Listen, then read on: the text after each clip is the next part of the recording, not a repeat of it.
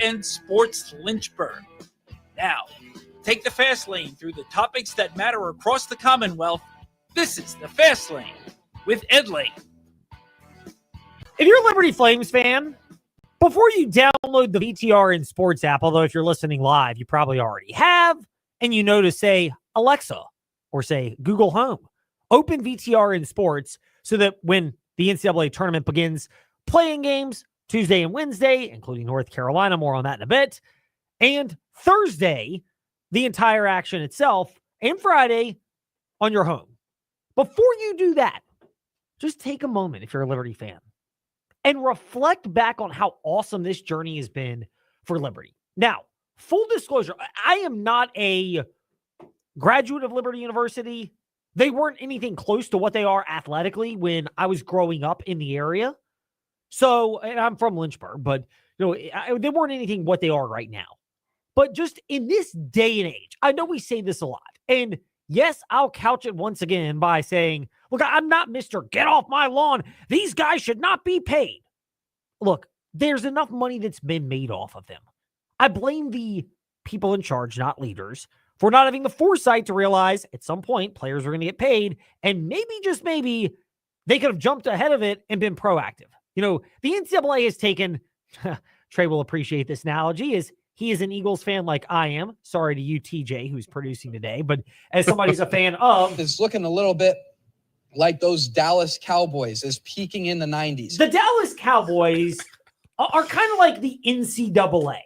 The NCAA, in this case, in our analogy, they are like the Dallas Cowboys. And that being, they wait until the last possible second to solve the obvious problem that you knew was going to arise at some point. So the NCAA could have gotten their Howie Roseman on, just saying, and been proactive in everything. Roseman extends players as early as possible, so all of a sudden $25 million a year for Devontae Smith and $33 million a year for A.J. Brown looks like a bargain when Jamar Chase goes over the $40 million a year threshold, and you've been front and center and proactive in negotiating from positions of strength. They'll do it again next offseason. Jalen Carter will reset the defensive tackle and maybe the defensive line market, but he'll be ahead of the curve, whereas Dallas waits till like the last possible second for Micah Parsons. Where we get to this analogy, of course, and why we come back from our mini detour in the fast lane is that the NCAA hasn't done any favors to have structure and organization. So it's harder than ever to have the level of continuity. And it's more prevalent in men's basketball than women's basketball. And yes, it's awesome for Liberty to have the Flames represented with the Lady Flames and the men's basketball team. But we'll focus right now in the fast lane on what the men's basketball team has accomplished and why, even if you're not a fan of Liberty, if you're a Liberty fan, this is catnip.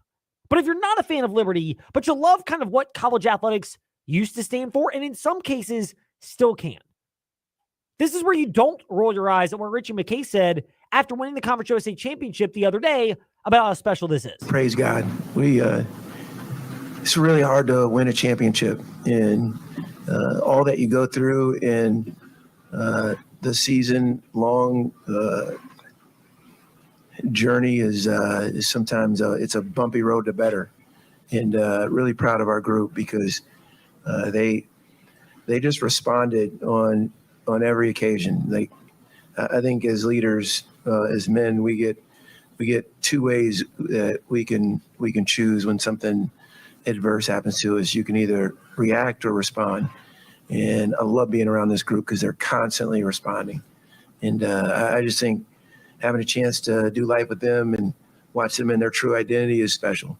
Look, it is if you're a Liberty fan.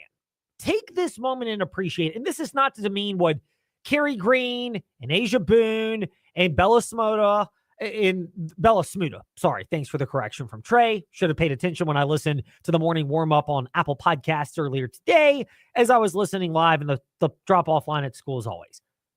But, it's not to diminish the women's game because there are transfers.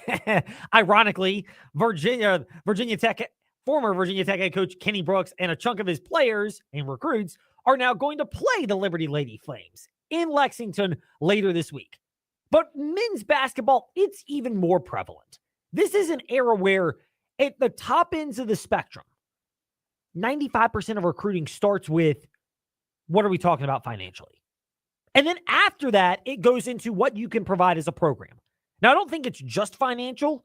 Guys will take less money for what they deem to be a better situation a lot of the time. But it is a major player in this day and age. And so that's where Richie McKay, to different degrees, just generally speaking, but I think even more so in the culture of college basketball, said something that Liberty Flames fans, again, would be right to take into consideration and embrace what they just experienced and accomplished. Yes, you worry about Oregon last game. Thank you for putting it at 10 p.m. Eastern time on Friday night. At least it's Friday, not Thursday, so I can, not have to worry about sleep Saturday. But 10 p.m. Friday, that's going to turn into like 10:45 p.m., just so you know. People like Trey that are night owls, love it. People like me that love to go to bed early, can't stand it. But we will all be listening on the VTR and Sports app, so thank God for that. But what Liberty has accomplished, generally speaking, winning championships is not normal. Added to it this day and age of college basketball, it should make this even more special. I just think we're naive to think like every year you're going to be an NCAA tournament team, especially as a mid-major. You guys have heard me say it's like threading the eye of a needle in the dark. Like, think about how perfect or near perfect you had to be just to get here. We had a decent net and a decent Ken Palm, and I didn't see our name as an at-large candidate on one of the bracketologist lists. So, and that's a 27 and 16 or 26 and 16. I'm not sure what we are. So I just think, again, I consider it a privilege, and it's a pursuit of ours, but certainly it doesn't define us. Dude, it's really hard. It's so much harder than it ever used to be, because this is nothing normal that you get in this day and age right now. It's really a challenge to replicate what the Liberty Flames have done. And that's where you should be appreciative. And it's not to say that you can't look ahead to Oregon and, Oregon justifiably is 6.5 point favorite. Not that you can't kind of roll your eyes at the irony that once again, Liberty's season might end at the hands of Oregon. But here's the perspective that I have. And TJ, you are a former Liberty University student. So you provide the fans' perspective in a way that Virginia Tech product Trey Lyle can't, and Rhodes College and Memphis product myself can't provide. And that is what the fans are actually thinking. I know John Manson, a CFRed.com founder of 545 today, he'll have that as well.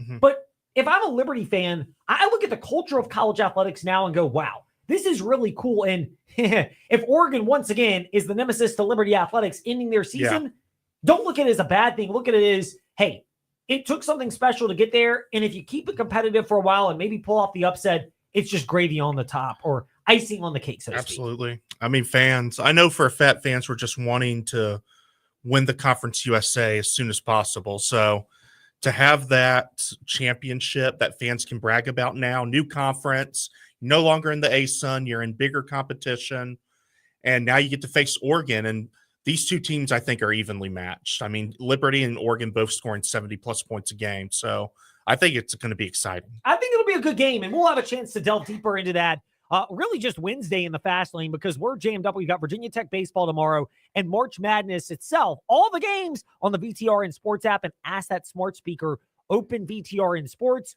Starting, well, I guess the playing games Tuesday and Wednesday, but Thursday. So we'll kind of get into it today. Much more in-depth Wednesday, including pro handicapper Paul Stone. And throughout the entire week, the morning warm-up with Trey Lyle. So, and Ty Tracy. So I don't even know which days, every day, of course, but what days they'll even more get into this.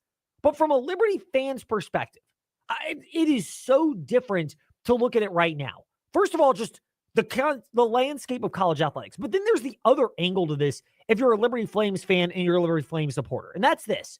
Colin Porter mentioned it. What it means to win the Conference USA Championship with this group of players. And this is another reason, if you're a Flames fan, why you should sit there and go, wow.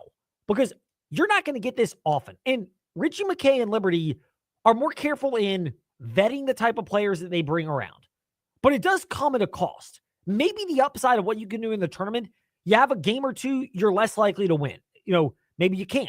I don't think they're getting past the Sweet 16 because they would play Duke in basically Duke's second home of Newark, New Jersey. But they would be... Trey doesn't know that joke, by the way, if you may see him in the background. Trey's giving me the squint eye look about saying Duke's second home of Newark, New Jersey. First of all, when Duke has made the national championship and won it, they go from Newark to win the national championship. The other joke about that being that there's so many Duke alums that from the north that they are all at home in Newark. And Duke got a gift among the gifts of the selection committee, more on this momentarily, in the Fast Five at 5-ish, is St. John's probably should have been the number 2 seed in the East. And it would have been a real fun atmosphere because it's not far from St. John's, but they get shipped out west. So Duke gets the easier draw, both competitive wise and not having to worry about a real true neutral site environment of half St. John's, half Duke fans, which would have been awesome. But hey, welcome to the theme of the day, the NCAA selection committee dropping the ball on certain things. But it's worth it if we get an Arkansas St. John's second round matchup. I just want to point out, like, it's worth it. It was. It's 100% worth it. Also, I needed, as someone who wanted St. John's in their Final Four, but thinks I'm taking Florida and Duke over the field. Spoiler alert for later in the week in the morning warm up. I'm upset that St. John's is in the same region as Florida. So, hey, I am as well. I really wish St. John's was in it as Duke because I think the games, not that St. John's will get by either Florida or Duke, but it's more, I think create the best atmospheres you possibly can. And in the men's selection committee, there are a lot of eyebrow-raising things that happen to pop up. But back to the point at hand with the Liberty Flames. Take a listen to what Colin Porter had to say about what this championship means given the context. Just going in with someone who I can now consider my brother it's amazing. That's what Liberty's about. It's the relationships that you're going to build and the environment. You got Convo, like we were going to Convo together, campus community now every Wednesday night. Like it's the things like that that really matter the most. And then this is just a cherry on top. I mean, it's awesome to, we come to Liberty to play basketball, and that's like what we really dreamed of, as kids, is making the March Madness. And as freshmen, we had a shot at it, and it was a great game, but it went Kennesaw's way. And this year, just being able to capitalize on the opportunity at hand, it was really special. Yeah, no doubt. I mean, look, you capitalize on the opportunity at hand, but you hear something like that from Colin Porter, and then you hear what Caden Matheny had to say in addition to that, about what this win means for him and doing it with this particular group. And I mean, look, I get it. When it comes to athletes in this day and age, there is a level of eye rolling, even with, we'll call them semi-pro athletes, college athletes, as you might call them. But, there's a level of eye roll of media training and understanding how to say things that they kind of mean, but don't totally mean. I have no doubt that Caden Matheny means what he said when it means a lot to win it with this particular group, and in particular, his friend Colin Porter. Yeah, I don't think it's truly hit me yet what just happened. Hopefully it will tomorrow when the name's announced. But yeah, it's been a dream of mine growing up, obviously, but I never really expected to be able to do it with the type of guys that I'm around. And that's what makes it more special, especially Colin Porter. I mean, that's my dog. That's my day one. He's gonna be a friend of mine for life, and to be able to just go through these past 2 seasons. He's a special person. I know like a lot of people doubt us with our height, but now we just won the conference tournament. So, and yes, the height is an issue. It will be an issue against Oregon, and it is going to be something that, pun intended here, limits the ceiling when it comes to the Liberty Flames' long-term outlook. But what you look at from this team right now and what the Flames have put together is the ability to have those two, Porter and Matheny, kind of be the vetting pieces for Liberty. And Porter is a phenomenal shooter. He had a great tournament as well, especially on the defensive end. Matheny deserved to be player of the tournament. With the amount of threes he made, particularly in that semifinal game against Kennesaw, helping Liberty dig out of the hole, and even, helping pull away from Jacksonville State. But it's the ability for Liberty to lead. And in this day and age, I know, again, get off my long guy coming out for a second. But in this day and age, how often is it? I don't think this is the case with every team in college basketball or college football for that matter. I don't. I think some teams have the right blend of players that get along, and yes, they're paid, and yes, they're compensated, but it's about more than that. And it happens in the professional ranks. But when money enters the equation and people don't have the right guiding forces, those lines do become blurred, which is why it's not impossible that you'll ever hear this out of a Liberty athlete, certainly at one of the major sports like football and men's basketball where money is a bigger factor than ever. But Caden Matheny elaborating on this, and then Richie McKay interjecting at the end, it's a longer bite that we'll play, but it's about the life-changing nature of attending Liberty University. And again, this is coming from somebody who did not go to Liberty University. I did not. Who's not going to consider myself to be a fan, although yes, when they do well, it makes our jobs easier here in the fast lane. But if you're a Flames fan, or even somebody just with some outside rooting interest in what's going on, that just likes, to hear people that genuinely seem like they get along in an era of college sports where it's not totally lost. I'm not, down in the dumps. Let's just go find the nearest bridge, with all due respect to people who might be thinking about that. If you are, please consult a mental health coach who can guide you through that. But we're using it proverbially speaking in the sports analogy. When it comes to Liberty this year, there's a refreshing nature to what they've said, including this from Caden Matheny about how life-changing it was for him and what it meant for him to come to Liberty University to make him a better person, when I think some athletes still believe that, but there are also plenty more who don't. It was a life-changing decision to come to Liberty. Just truly blessed that they trusted me in coming into this program. Once I came to this program, I never just took their decision to bring me in lightly, because I know that this university and this program it's one of the best in the country, and it's the most well-connected program in the country. This program, these coaches, my teammates it truly changed my life. I was in a tough place coming from Bowling Green. Didn't know if I wanted to continue playing basketball. I'm sure Coach McKay remembers those conversations in his office. Thank the Lord. But yeah, they brought me out of it and shed a new light into my life. So it's a decision that I'll forever be grateful for. We will forever be grateful for it. A lot of fans are for Liberty, because that's the type of thing that makes this place special if you're a Liberty Flames fan relative to the rest of college athletics. Don't get it twisted here. It doesn't mean they're going to all of a sudden beat Duke in the Sweet 16 and go on to win the NCAA tournament. That's not happening here. I mean, could they beat Arizona if let's say they survive Oregon? You think they can match up with Caleb?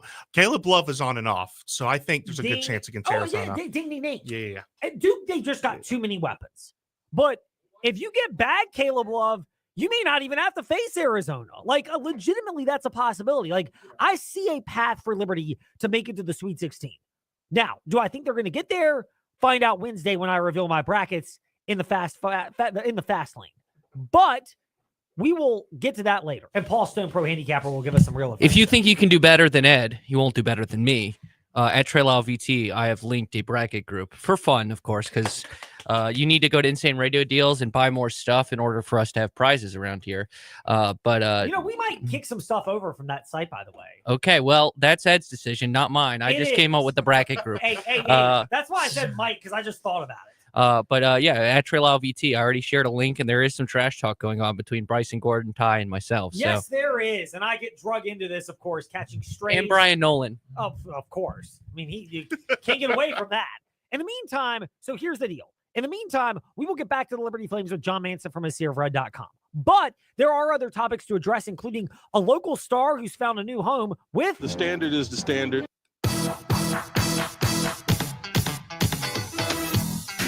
It's time for Fast Five at 5-ish.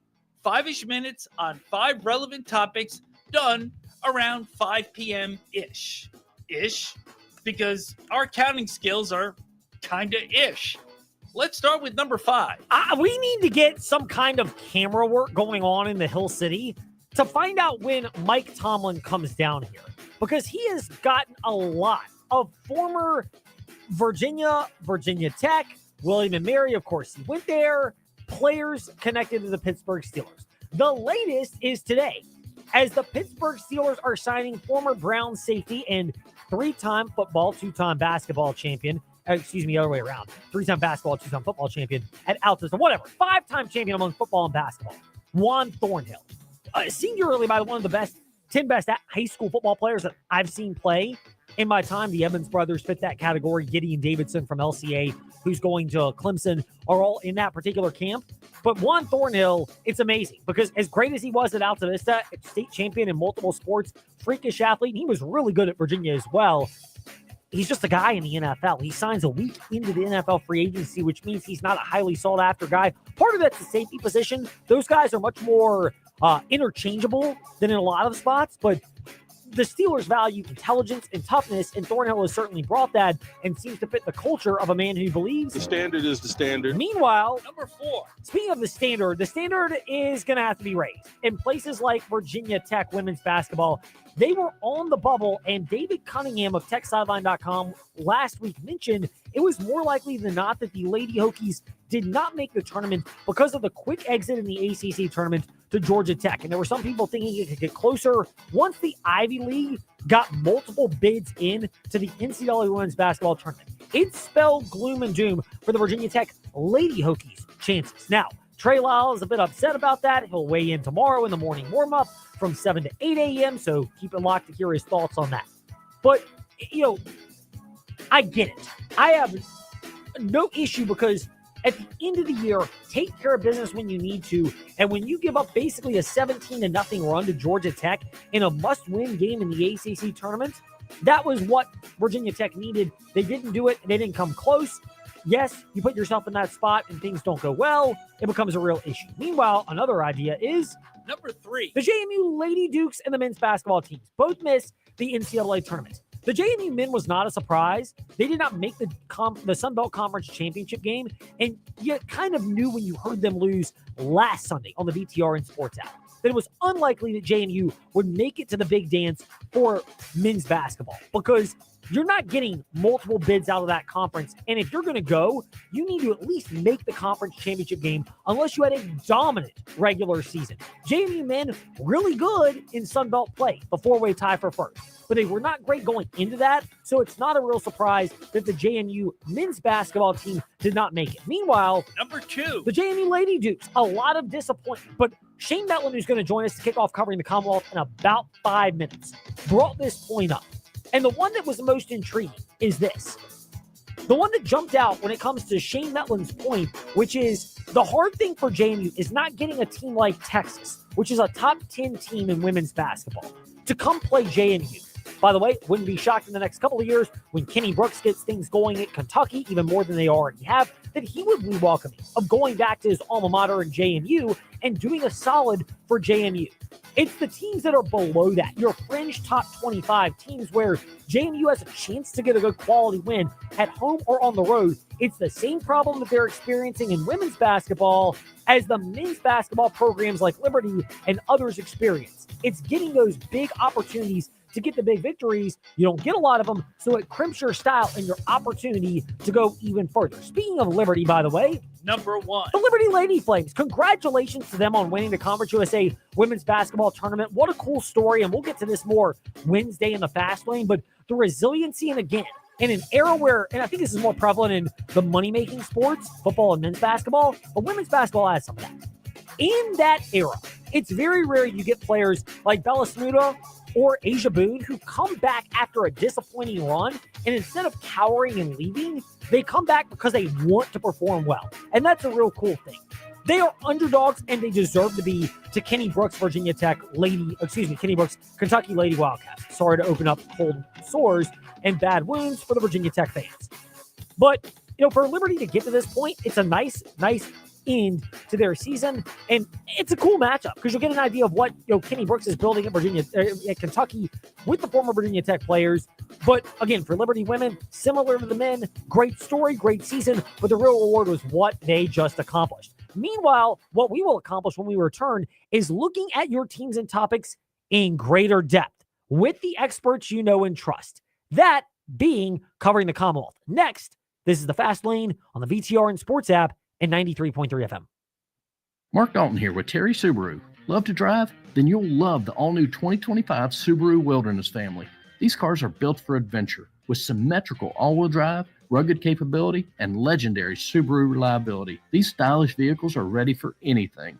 Plus, every new Subaru we sell comes with an exclusive Terry Promise, a lifetime powertrain warranty. Visit us on Forest Road in Lynchburg or browse our inventory online 24/7 at terrysubaru.com. Terry Subaru. You'll love our cars.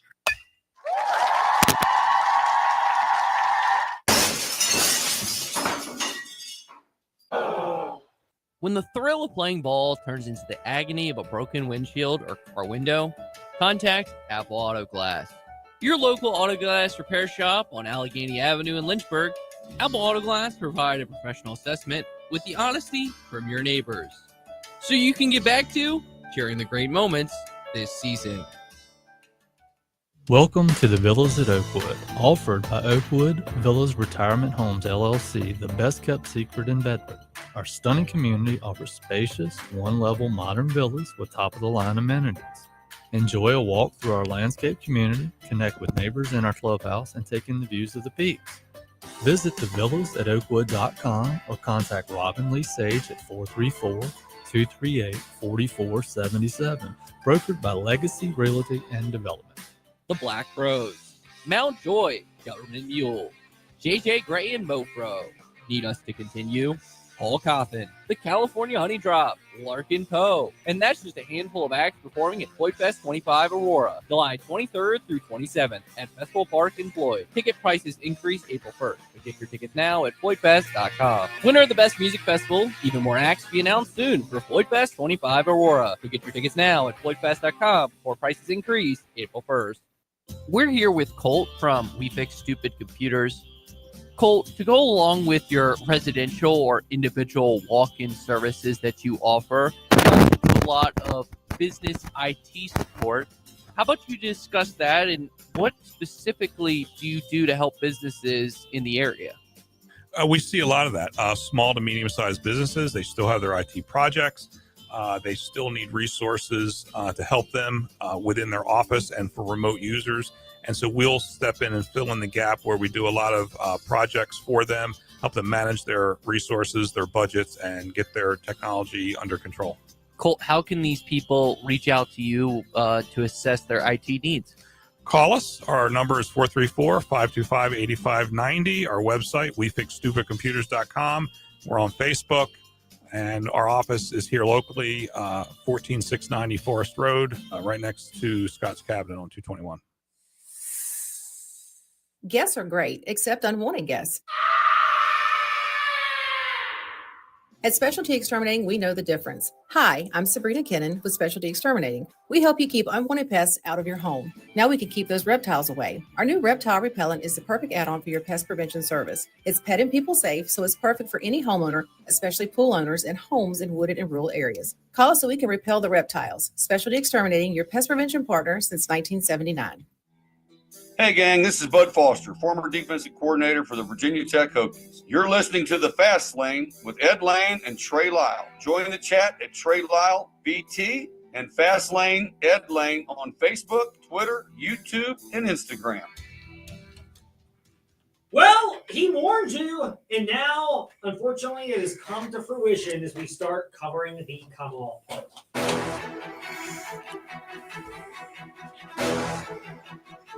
It's time for your teams and topics. Covering the Commonwealth, a look at teams and topics from around the Commonwealth.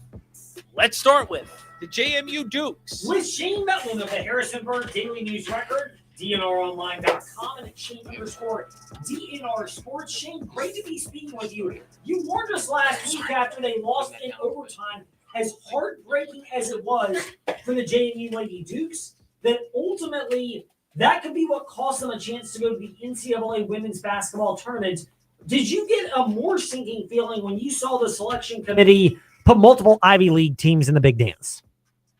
Yeah, watching it as they revealed the bracket, you knew obviously for JMU, if they were getting in, they were going to be one of those 11 seeds that was in a play-in game. Like they would have been one of the last 4 teams in. As it turned out, they were one of the first 2 out. And yeah, once you saw Columbia in one of the first playing games they announced, then you knew there was only one more spot really for JMU, and it looked like Princeton wound up getting that one. So 3 Ivy League teams get in. Not that there's anything wrong with those teams, but you did kind of feel like JMU maybe had a fairly decent claim over a team like Princeton, but it was really, really close as to which resume was better. Yeah, I mean, there were close calls all along the way. The point you also brought up on the Purple and Bold podcast with Katie Harper, Shane, earlier today for the JMU Lady Dukes, and that is rectifying a situation like this. Is there anything they can do outside of winning the pressurized must-win Sun Belt Conference tournament, given that, like you said, they could schedule teams like a Texas or maybe even a South Carolina or a UConn that are probably going to just beat them handily, but it's getting that next tier of teams where you actually have a chance to win to be willing to schedule the Lady Dukes. Yeah, it's tough. And, they did convince, I think, Sean O'Regan has a pretty good relationship with the NC State program. They convinced them, not knowing that was going to be a top 10 team, thinking it was more like around the top 25 type of team and the game that they really wanted to play. And, they got that, but those games are really hard. They had Wake Forest, who, isn't great, but, that's an ACC game that they, owed a return game to, and they turned them down. They said, no, thanks. Don't come down here. We're going to find somebody else to play. So it is very difficult with the scheduling. And, I'm diving into that right now, kind of, who they talked to, who they didn't, trying to get some games. And I think that'll end up being pretty interesting to see, like, just how tough the scheduling is. Shane_DNR Sports with us here in the Fast Lane. Shane, good to be speaking with you. We'll shift over to the men, who most people expected they would not make the NCAA men's basketball tournament. They did not, but at least it's better than what happened with the NIT offering and then rescinding an offer with only a written statement to South Alabama. Have you ever seen anything as much of a debacle as that? Not really. I mean, probably the closest thing, and this is not hurting anybody's feelings as much, but last year with the WBIT, which is basically the women's version of the NIT, now run by the NCAA, they announced that Miami was in, and they'd actually turned down. So the JMU got their spot last year. So, they weren't feeling as bad because it went their way, but similar situation where they, before they started making announcements, didn't really know who was in the field. And that's they got to do better with that. That's, people's careers are ending based on whether or not they get to that tournament. And that's really messing with some people's emotions. Oh my goodness. It's not just that, it's a total lack of class and professionalism. But in this day and age, a lot of that sadly seems to have gone out the window. The insight is not out the window. It's in the palm of your hand. It's Shane_DNR Sports on Twitter and DNRonline.com. Shane, good to be chatting with you in the Fast Lane. Thank you for your time as always, and we look forward to speaking soon. All right, thanks. Shane Metlin with us here in the Fast Lane. Now to UVA. With JerryRatcliffe.com founder and contributor, Jerry Hootie Ratcliffe. Jerry, good to be speaking with you as we welcome you back in. You've been all over this at JerryRatcliffe.com. Ryan Odom, the top candidate that you reported with us last week in the Fast Lane, does he still remain the top candidate, at least amongst the desired positions from the Virginia Cavaliers?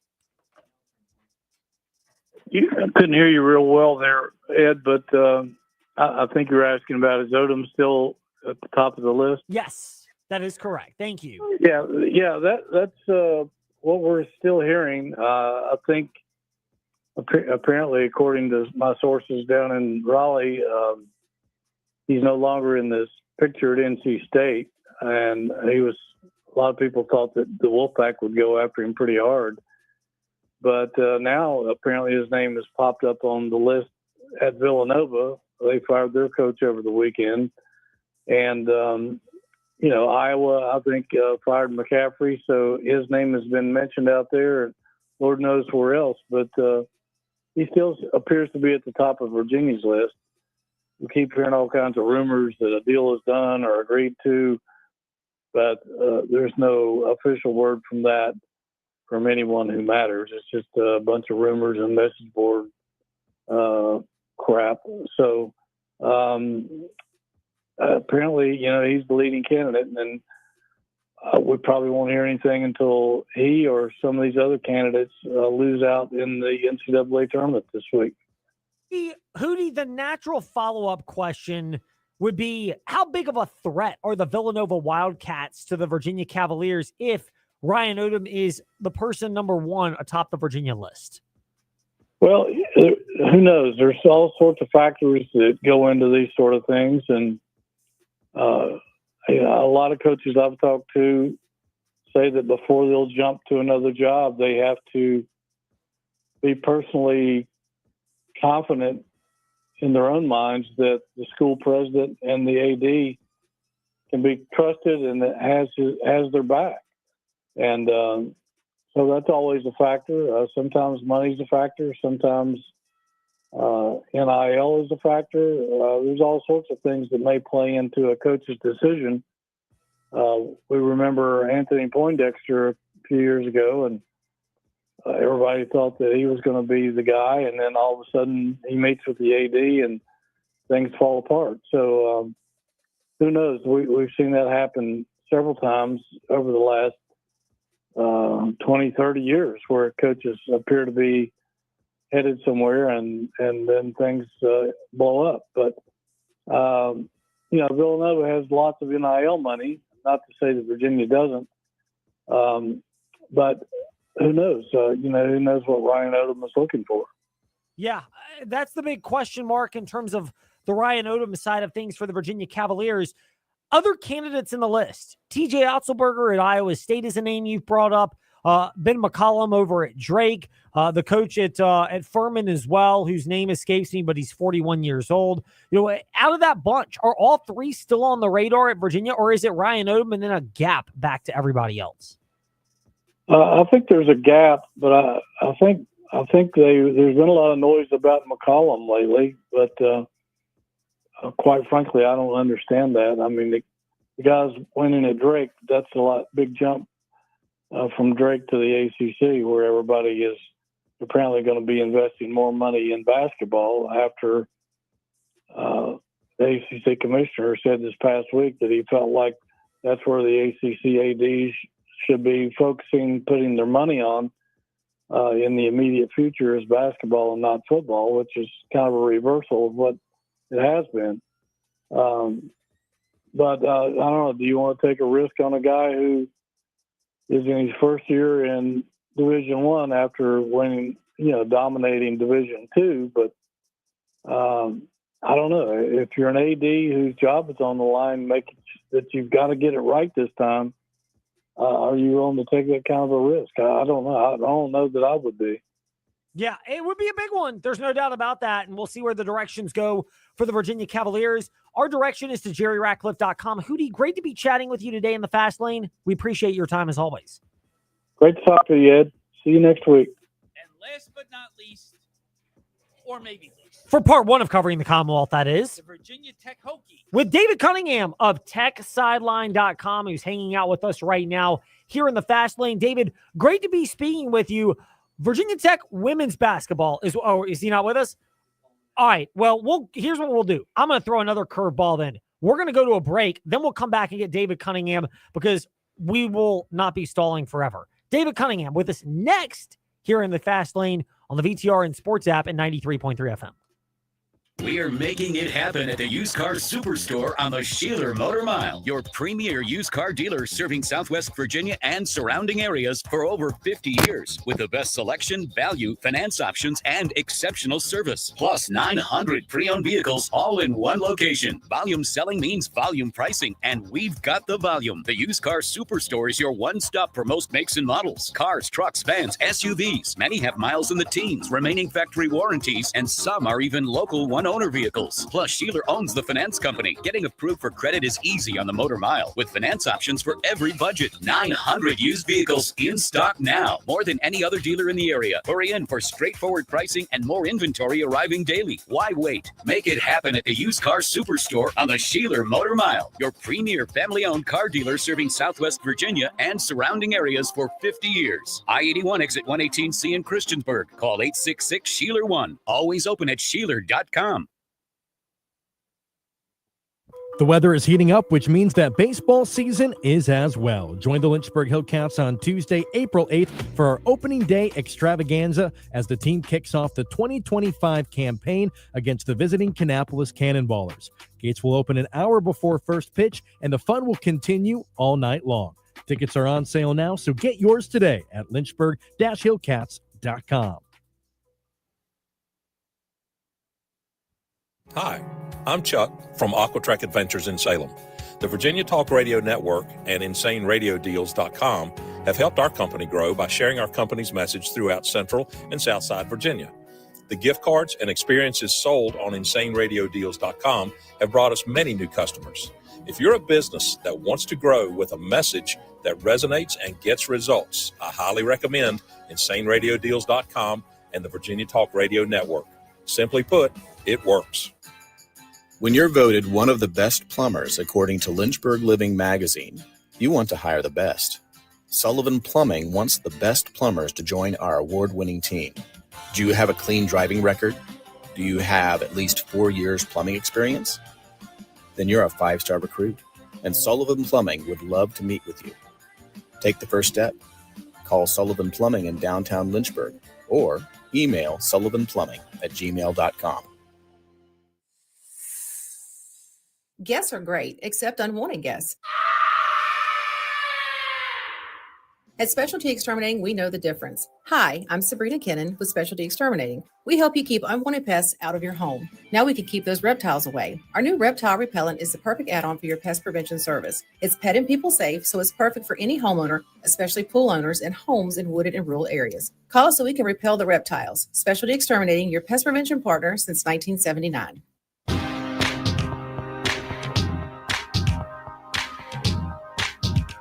Step into the Fast Lane 24/7 at Trey Lyle VT and Fast Lane Ed Lane on Facebook, Twitter, Instagram, YouTube, and wherever you listen to podcasts. Now, back to the Fast Lane.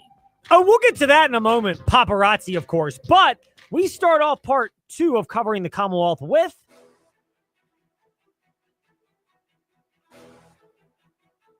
It's time for your teams and topics. Covering the Commonwealth. A look at teams and topics from around the Commonwealth. Let's start with the Virginia Tech Hokies. with David Cunningham of TechSideline.com. David, departures. There are now 3 of them from the Virginia Tech men's basketball program after announcing today, the third being Patrick Wessler within the last hour, joining guards Jaden Young and Rodney Brown, who entered the transfer portal. Are these alarm-raising, or is this part of a bigger picture roster overhaul from Mike Young that people will need to see how it shapes out before making definitive conclusions? Yeah, it's the latter, Ed. Mike Young last week in Charlotte, he told me, and then he said it again after the game. He talked about this roster needs to be more talented, that he wasn't going to go through what he went through last year again, that he needed to fix a lot of different areas. They need to be better in the front court and the back court. And this is the week, after the Hokie season ended last week. I'm sure the players got to go home, for spring break and at least the end of the week and spend some time with their families and then come back. And it's the start of some tough conversations. But the bottom line is Virginia Tech finished 13-19 overall this year. That's not good enough in Blacksburg. Whit Babcock knows that. Mike Young knows that. And this is the start of conversations and then start of attrition. And for guys to come in, well, first, guys on the current team have to leave to free up roster spots. And you're seeing some of that. And none of those really jumped out to me. I think the one that maybe is a little bit more surprising than others is Jaden Young. He's a guy who started some games this year, multiple, and came on at times during the year, especially late. He and Patrick Wessler both, I thought, were pretty good down the stretch for Virginia Tech. But again, bottom line is, more resources allocated for Mike Young this year, this offseason. You got to, the portal doesn't officially open for another week, but hey, it's time to go out and replenish your roster and bring in better talent. And to do that, you have to have guys leave first. So that's kind of what you're seeing right now. Nothing that's happened today. And even there's one announcement that I've heard is coming that hasn't happened yet. Even that one, none of those really jump off the page in any manner. Those are kind of expected.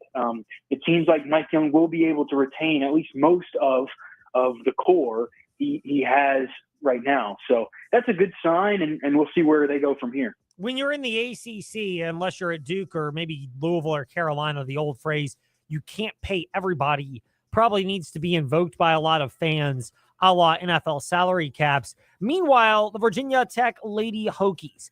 Was there more optimism once you saw brackets after that loss to Georgia Tech in the first round of the ACC, or in their first game, rather, of the ACC women's basketball tournament? Or did you always anticipate that ultimately what transpired, the Lady Hokies just barely missing out on the NCAAs, was going to be the outcome? And I think the last straw for Virginia Tech was Richmond losing in the A10 semifinals.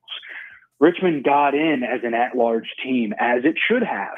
However, the Spiders losing to St. Joe's in that semifinal of that tournament which was a couple days after the Hokies were bounced in the ACC tournament. So after Virginia Tech had its last chance to kind of prove to the committee and have the ball in its court, well, Richmond, a team that was an at-large shoe-in, lost, meaning that there was one more bid stealer, and that happened to be George Mason. And as a result, the Hokies were the last team out, the first team out of the tournament. They just missed being the last team in. I'm not really surprised. Obviously a bummer for all involved, but the bottom line is that Virginia Tech lost 5 of its last 8 games to end the regular season.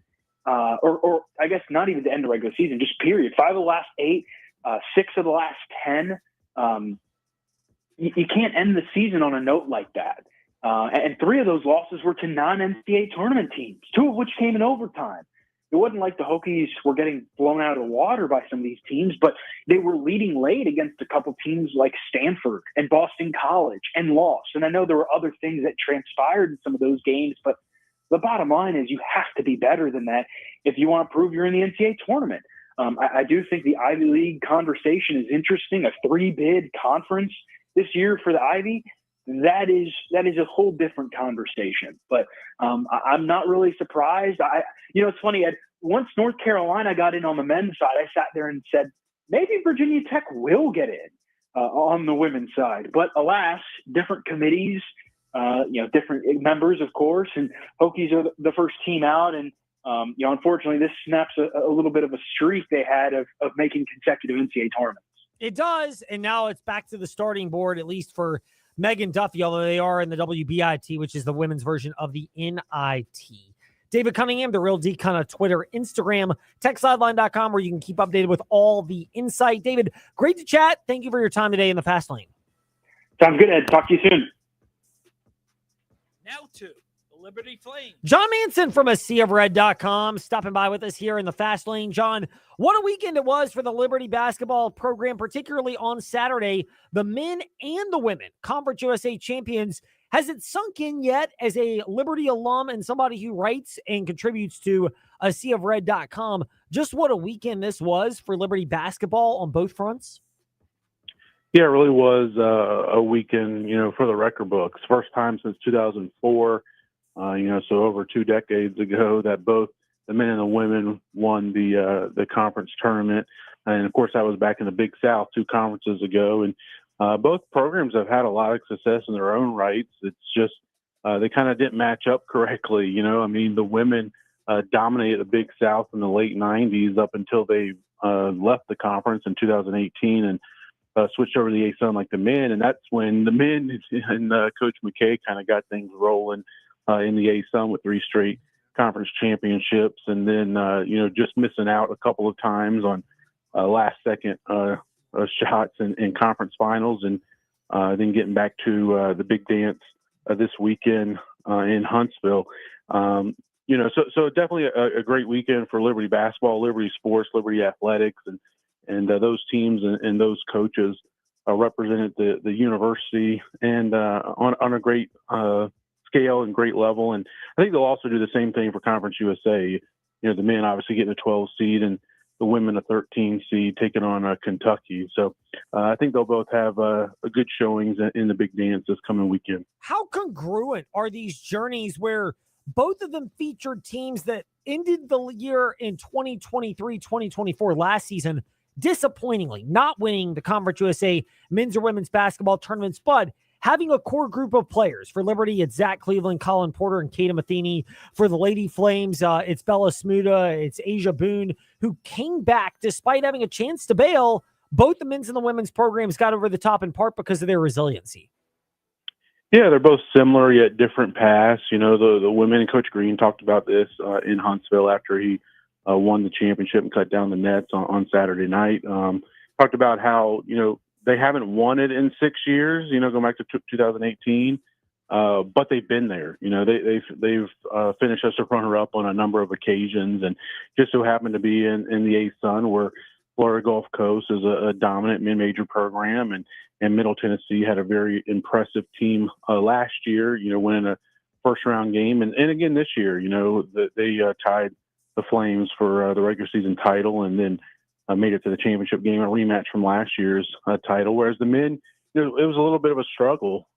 First year in Conference USA last year, finishing in a tie for fourth place in the regular season before bowing out in the quarterfinal round. So, Coach McKay, went back to the drawing board in the summer. And yeah, you mentioned, three key contributors that came back, and Colin Porter, Katie Matheny, and Zach Cleveland. Those certainly are, probably the three most valuable players to the team. But he also went to the transfer portal, went to the JUCO market, got in, four guys, if you include Isaiah Enan, who went down to injury back in, December, January at the turn of the calendar there, and was lost for the season. But also Owen Aquino from the JUCO ranks and two D2 guys in Talon Peter and Javon Moffmer. And got more length, more size, more athleticism, and some depth and experience that certainly has paid dividends throughout the season, and is a critical and really primary reason why the Flames were successful this season with not just the tournament title, but also the regular season title, and 28 wins and counting so far. John Manson, JC Manson, Twitter, CFRed.com, hanging out with us today here in the Fast Lane. John, last one for you. The Liberty men, they get Oregon. The Liberty women, familiar to many of our audience, Kenny Brooks, not at Virginia Tech anymore. Georgia Amore, and Kentucky are the destination. Is this icing on the cake of what's been a great year where, the Flames are to an extent playing with house money in the men's and women's tournaments? If they can pull the upsets, it'd be awesome. But if not, they've still had great seasons. Yeah, that's true. I think, for the men, they certainly expect to go out to Seattle and win a game or two and keep their season going.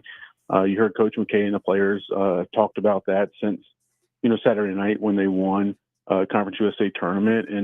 And I think I think it opened at a 4.5 point line. I think it's moved up to 6.5 last I saw earlier today. So, you've seen a couple national guys pick them as the upset over the Ducks. So it's going to be a tough matchup, obviously. I mean, Oregon, Dana Altman, he's likely a Hall of Fame coach at some point in time. And he's been to the Final Four and had success spanning multiple decades and multiple programs. And so the Flames will have their work cut out for them, but I wouldn't put anything past this team, balanced offensive attack, kind of led by Matheny. I mean, obviously what he did this past week in Huntsville will go down in the record books for the Liberty Flames basketball program. And, for the women, I think a lot of it's similar to what you were saying about playing with house money. I mean, it was just trying to get over that hump of coming up second and being the runner up so many times over the past, 5 or 6 years. And they finally did so. We were able to cut down the net Saturday night. And now as they go to Lexington, playing as a road team, right? At Lexington, Kentucky, at Kentucky, and the Wildcats, and Kenny Brooks, as you mentioned, who's, no stranger of Coach Kerry Green, the Lady Flames program. So it'll be a tough matchup. But again, Liberty's done it before. Katie Feenstra sitting over there on the sideline as an assistant coach, and she was on the team when they made it to the Sweet 16 back in 2005. So 20-year anniversary, I'm sure they would want nothing more than to have another magical run in them this weekend. And you never know, a player like Bella Smuda with her length and size, being able to clog up things in the paint on both ends of the floor, they could have some magic left in them. We'll just have to wait and see how things go. And both of those games are, Friday. The women play at noon and the men in the late window, 10 p.m. John, by the way, I can't wait for that late game. Nothing says great quite like 10 p.m., which will be like 10:40 p.m. tip-off after all the delays leading into Liberty, Oregon. Last one for you. Thank you for your time today in the Fast Lane amidst your now famous family with your wife and both your daughters getting some screen time that was really cool to see in Huntsville on Saturday night. Yeah, that was a lot of fun. They had a lot of fun down there, and appreciate you and others that have sent over some screen grabs and things of them on the TV. And fortunately, they were cheering and applauding and not, sharing their thoughts on the officiating. They gave all the only moments captured on camera were proud Papa moments. So you can rejoice in that, John. Thank you for your time in the Fast Lane. We will chat again soon. Sounds good. Thanks for having me on, Ed. Now Speaking of feel-good stories, Josh Berry, that was a legitimate win for him out at Las Vegas yesterday. The question, does Michael Massey remember that, or was he too punch drunk from having to keep Brian Nolan in check? We ask him that question now as he joins us here in the Fast Lane on W227BG Timberlake, WVGA Lynchburg, WMNA Gretna Danville Southside, and the VTRN Sports app. Michael, were you able to actually take in the greatness of the last 25 laps where Josh Berry found his way to get a win and into victory lane?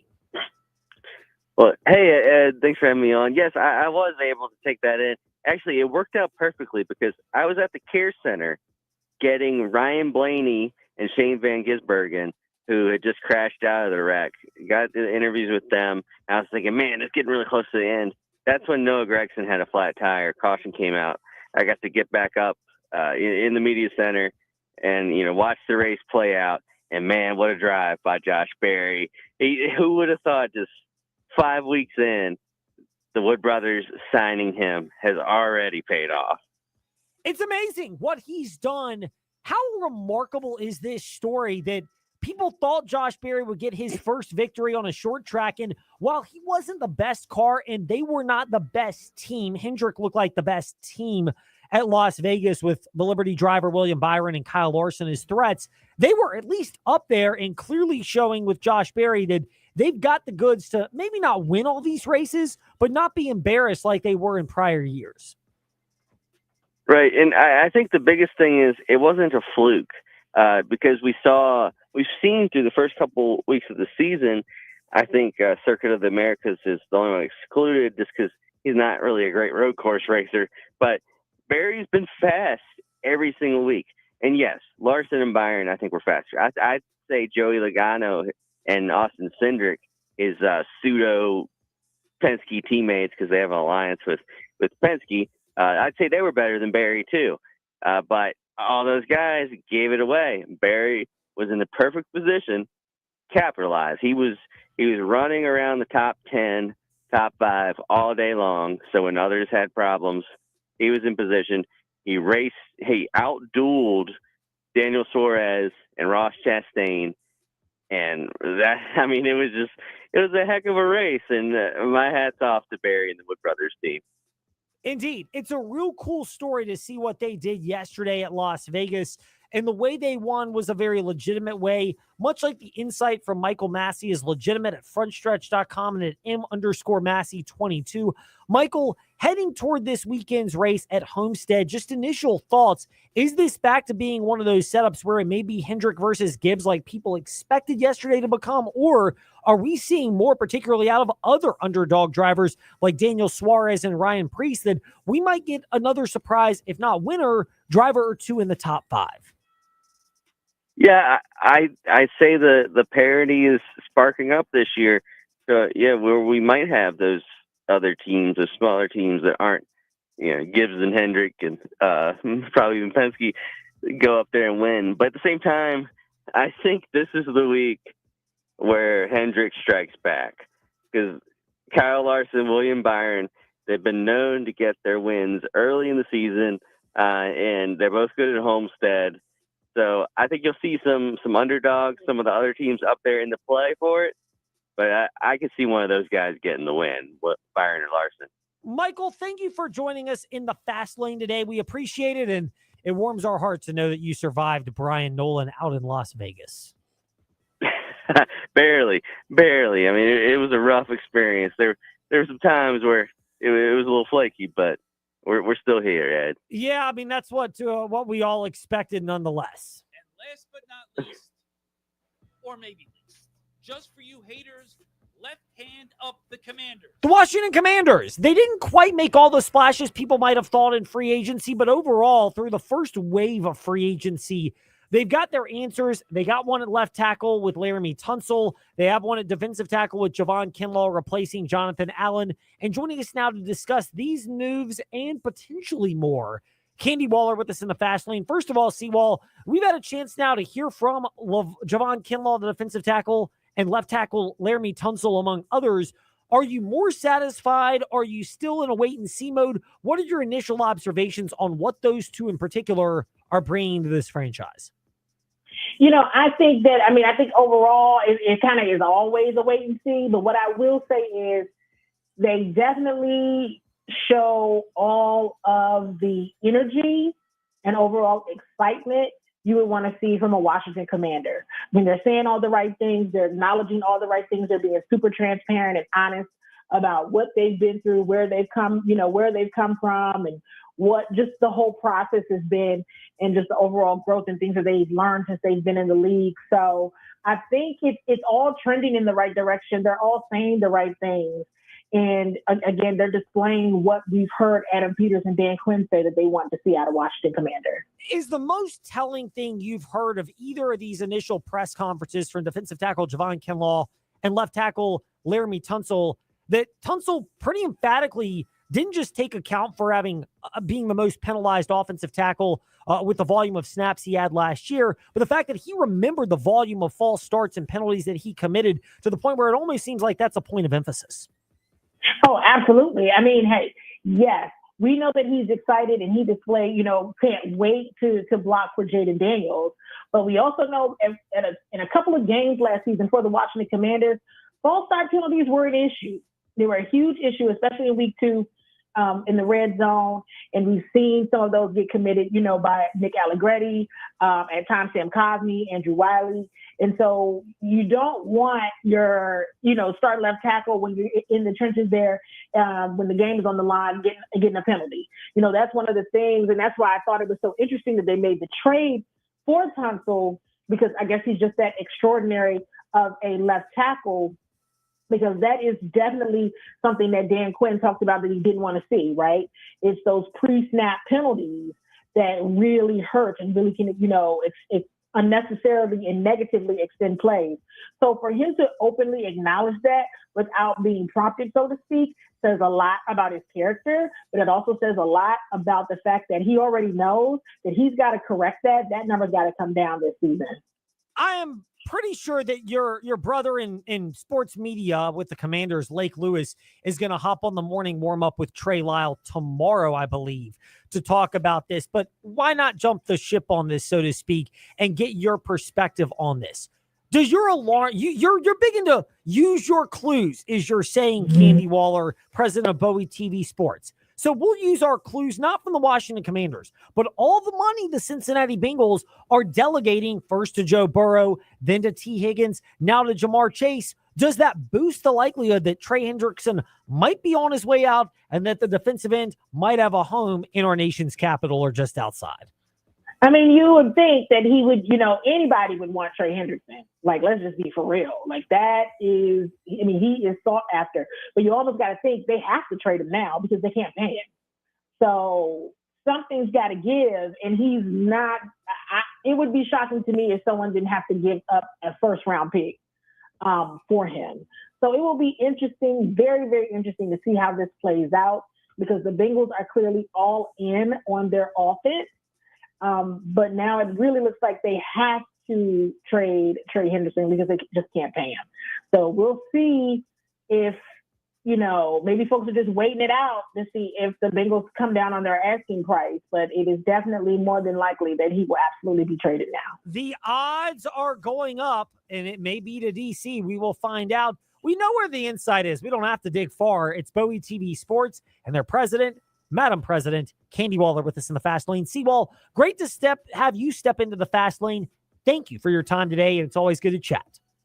Thank you so much, and I'll be talking to you guys again soon. Indeed we will. Candy Waller to wrap up the Fast Lane, now on to Make It Rain with Adam Shine. And a reminder, VTR and Sports app, get it downloaded so you can listen to all of March Madness right here on your home for the entire big dance, VTR and Sports Lynchburg. Tournament team. I also think, and I understand the optics, right? The Bubster, Bubba Cunningham, UNC athletic director, head of the tournament committee. It looks bad, which is why Gil answered all the questions from Reese Davis on ESPN last night, and he absolutely nailed it. 8-0 for North Carolina in Quad 2.